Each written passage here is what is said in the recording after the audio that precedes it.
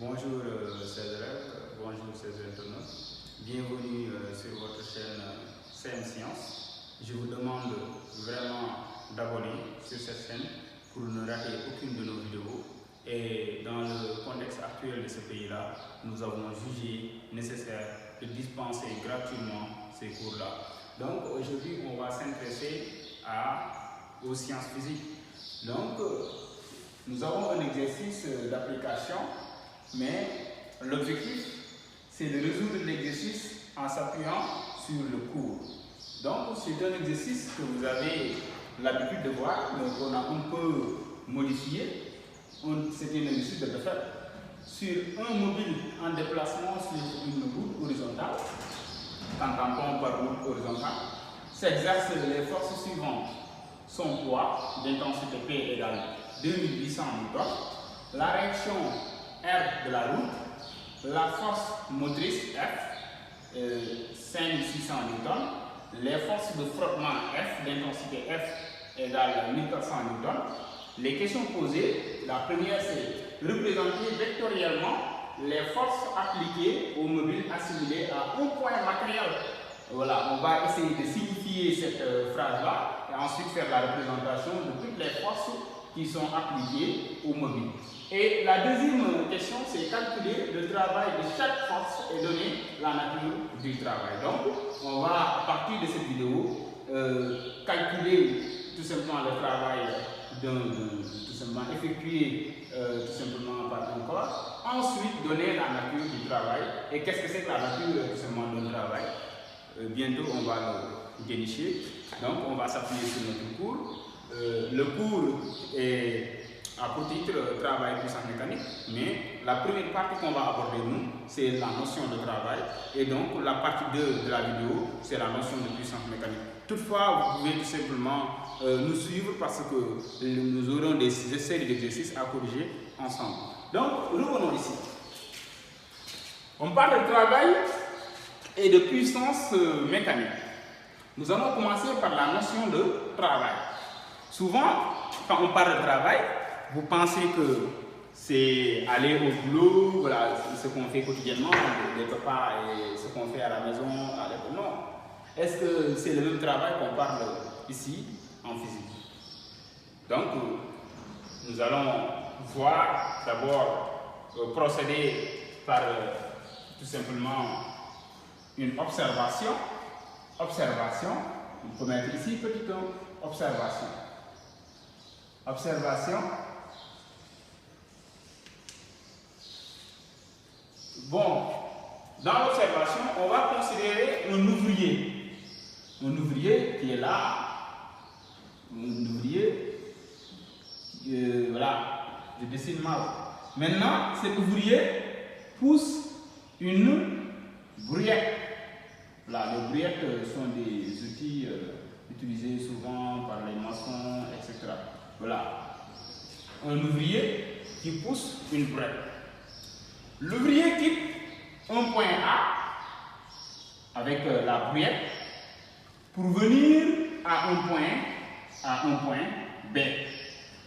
Vous savez que la brouillette ne peut pas se déplacer sans l'existence d'une force qui s'appuie sur ce qu'on appelle le déplacement, que je vais appeler la force F. Donc, ça c'est une observation. Et nous savons que, sinon on suppose que l'ouvrier a quitté le point A pour un point B. Maintenant, on va interpréter ça. Deuxièmement, interprétation. Interprétation.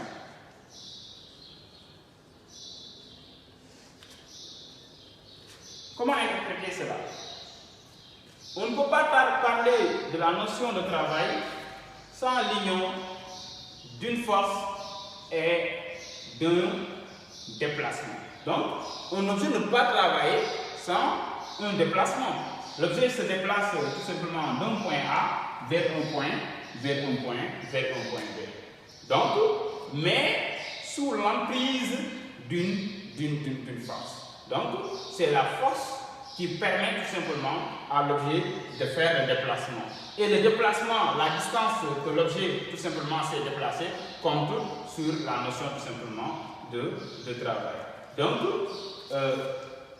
la notion de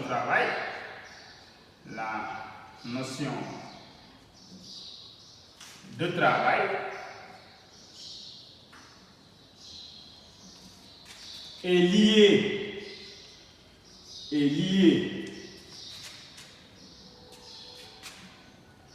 à la fois du déplacement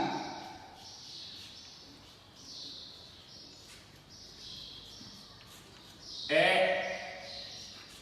quoi d'une force.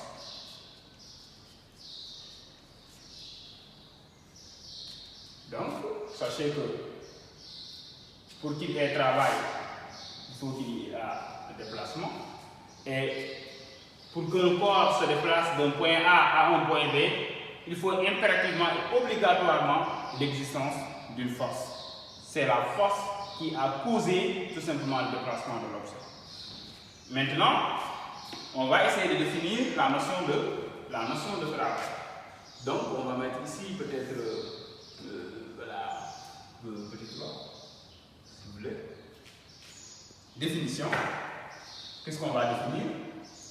La notion de travail. Donc, définition.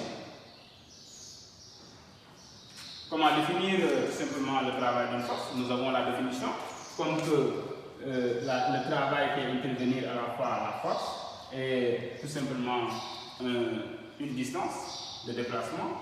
On va mettre ici le travail d'une force. Le travail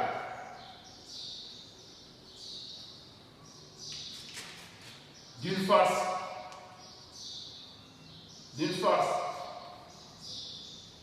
F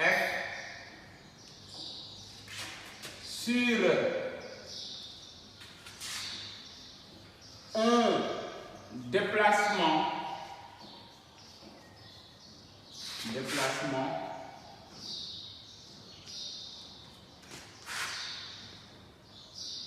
bon, on peut mettre un déplacement, voilà, supposé tout simplement rectiligne, c'est-à-dire que lorsqu'on parle de rectiligne, c'est que la trajectoire décrit une droite. Donc, il faut que le déplacement soit rectiligne, c'est-à-dire décrit horizontalement. Vous allez voir le sens de cette rectiligne-là lorsque nous corrigeons l'exercice d'application. Parce que dans l'exercice d'application, on dit que la route est horizontale. C'est-à-dire que la route n'est ni curviligne, aussi n'est ni circulaire, mais horizontale. C'est très important. Il faut qu'il soit horizontal. Donc, le déplacement rectiligne, on peut dire rectiligne, c'est-à-dire qu'il décrit une droite rectiligne. Donc, le travail d'une force F sur un déplacement rectiligne qu'on va appeler D. Donc, le D remplace ici la distance entre A et B. On va la nommer D. Donc, c'est la distance entre A et B. Et donnée par la relation est donnée. Le travail est donné. C'est le travail qui est donné par la relation.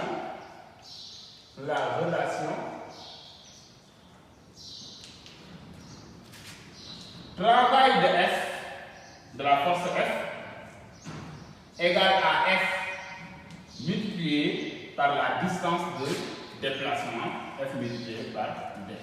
Maintenant, quelle sera l'unité du travail? Le travail s'exprime en joules. Donc, on dit le travail s'exprime en joules. Donc, cela veut dire, nous avons calculé le travail d'un corps. Après l'unité, si nous trouvons 5, qu'est-ce qu'on va mettre? 5 quoi? 5 mètres. Donc, on va mettre joules. Donc, si nous trouvons 5, peut-être on met 5 joules. Donc, c'est ça l'unité tout simplement du travail. Et la force, vous savez, son unité, c'est F, a pour unité tout simplement le newton. Et la distance s'exprime en mètres. Et lorsque vous avez cette formule-là, vous pouvez calculer tout simplement le travail d'un corps. Maintenant, parfois dans un exercice, on peut nous demander la nature d'un travail. Qu'entend-on par nature d'un travail? C'est de dire si le travail est tout simplement résistant, si le travail est moteur ou si le travail est nul. Et dans quel cas peut-on observer tout simplement un travail moteur? Donc on va mettre grand 2 la notion de travail. Donc petite 1 observation, on peut mettre même petit 4 si vous voulez. Nature de travail. Nature d'un travail.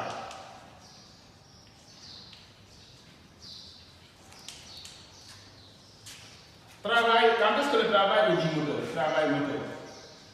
À la ligne, on va mettre ici un astérisque travail moteur. Si la force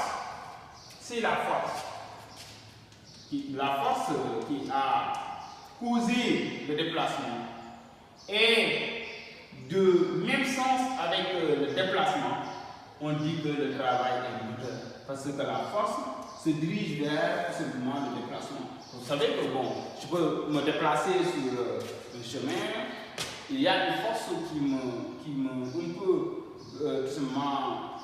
qui est défavorable à mon déplacement, qu'on appelle souvent force de frottement. Dans ce cas-là, il n'est pas de la même direction que mon déplacement. Mais il y a des forces qui sont de la même direction, comme la force motrice. Ici, si je pousse par exemple la pouliette, la force qui fait tout simplement déplacer la pouliette et le déplacement sont tout simplement de même sens. Si tel est le cas, on dit que le travail est un travail moteur. Donc, le travail moteur, c'est un travail avec tout simplement, si la force est le déplacement sont de même sens, sont de même sens, on dit que le travail est un travail moteur. Donc ici, le travail est positif. Donc le travail F, c'est F multiplié par D, mais sachez que ça sera un travail positif. Donc quand par exemple on calcule le travail de corps, on dit travail de F égale à 360 joules. Seulement avec ça, on vous demande quelle est la nature de ce travail. On vous dit que le travail est un travail moteur. Pourquoi? Parce que ce nombre-là est positif. C'est bon. Maintenant, continuons. On a fini avec le travail moteur. L'autre travail, c'est le travail résistant. Travail résistant. Quand est-ce qu'on dit qu'un travail est résistant? Même chose, suivez. Souvent, la force de frottement s'oppose. La force de frottement, c'est une force qu'on nomme petit f comme ça. La force de frottement s'oppose au déplacement d'un mobile, s'oppose au déplacement d'un corps. On dit que son travail est résistant. Donc, le travail est résistant lorsque, tout simplement, la force est de sens contraire avec le déplacement. De sens contraire avec le déplacement. Si la force est de sens contraire avec le déplacement. C'est très clair. Hein? Donc, ici, souvent, c'est la force de frottement qui est une force seulement résistante, mais son travail aussi est dit travail résistant. Et dans ce cas, le travail est négatif. Vous calculez le travail, vous pouvez, par exemple, travail de F ici, égale à moins 6760 joules. Dans ce cas-là, comme il y a aussi moins, cela veut dire que le travail est résistant. Et comme le travail est résistant, tout simplement, le travail est négatif parce que c'est une grandeur algébrique. Donc, ça, c'est lorsqu'on parle de travail résistant. À chaque fois, je vous ai donné une force. Ici, lorsque j'ai parlé de travail moteur, je dis que souvent c'est la force motrice qui tout simplement voilà, exerce ce genre de travail. C'est lorsque, parce que la force motrice est toujours tout simplement de même sens avec le déplacement. Mais lorsqu'il s'agit des forces de frottement, ce sont des forces qui s'opposent au déplacement. Donc le travail, tout simplement, est contraire au sens du déplacement. Donc souvent, voilà, on peut en déduire que le travail est négatif. Maintenant, qu'est-ce qui reste? Le travail, tout simplement, du poids. Pas du poids, apparemment, mais travail nul. Hein. Le travail peut être nul, 0 égale à 0. Travail nul. Hein. Quand est-ce que le travail est nul? Et quelles sont les forces qui peuvent tout simplement exercer, voilà, ou fournir un travail nul, ça est insignifiant. Maintenant, quand on parle de travail nul, c'est quelque chose qui n'a pas de travail, effectivement. Maintenant, supposons, j'ai bien précisé ici que la force, tout simplement, le chemin que suit le mobile, en physique, lorsqu'on parle de mobile, ce n'est pas automobile, c'est tout corps qui peut se déplacer. On parle de mobile.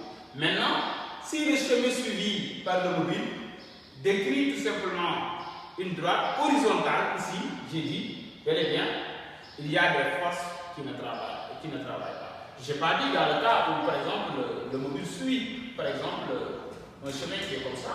Par exemple, ici, il y a le poids d'abord du mobile.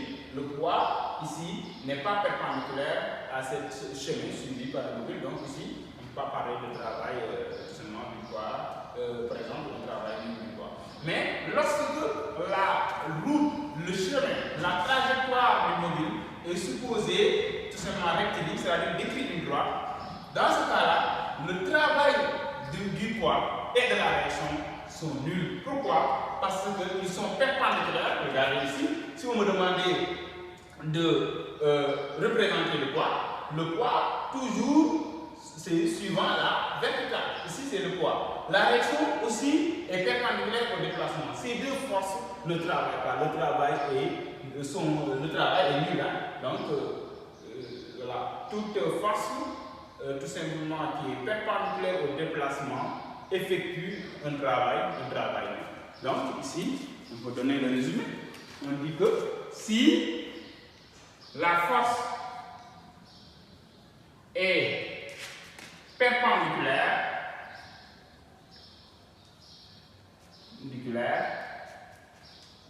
au déplacement,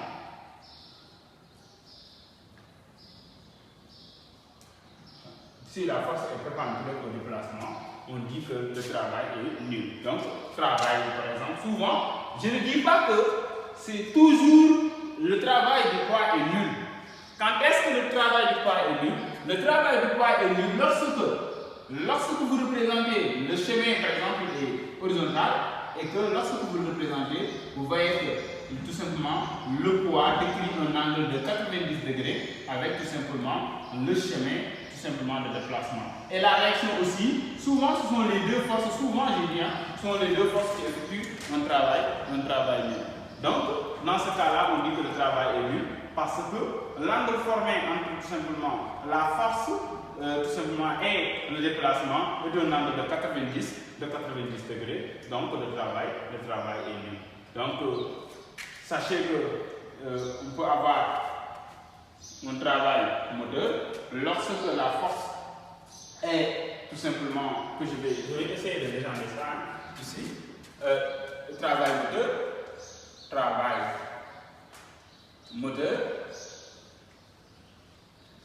F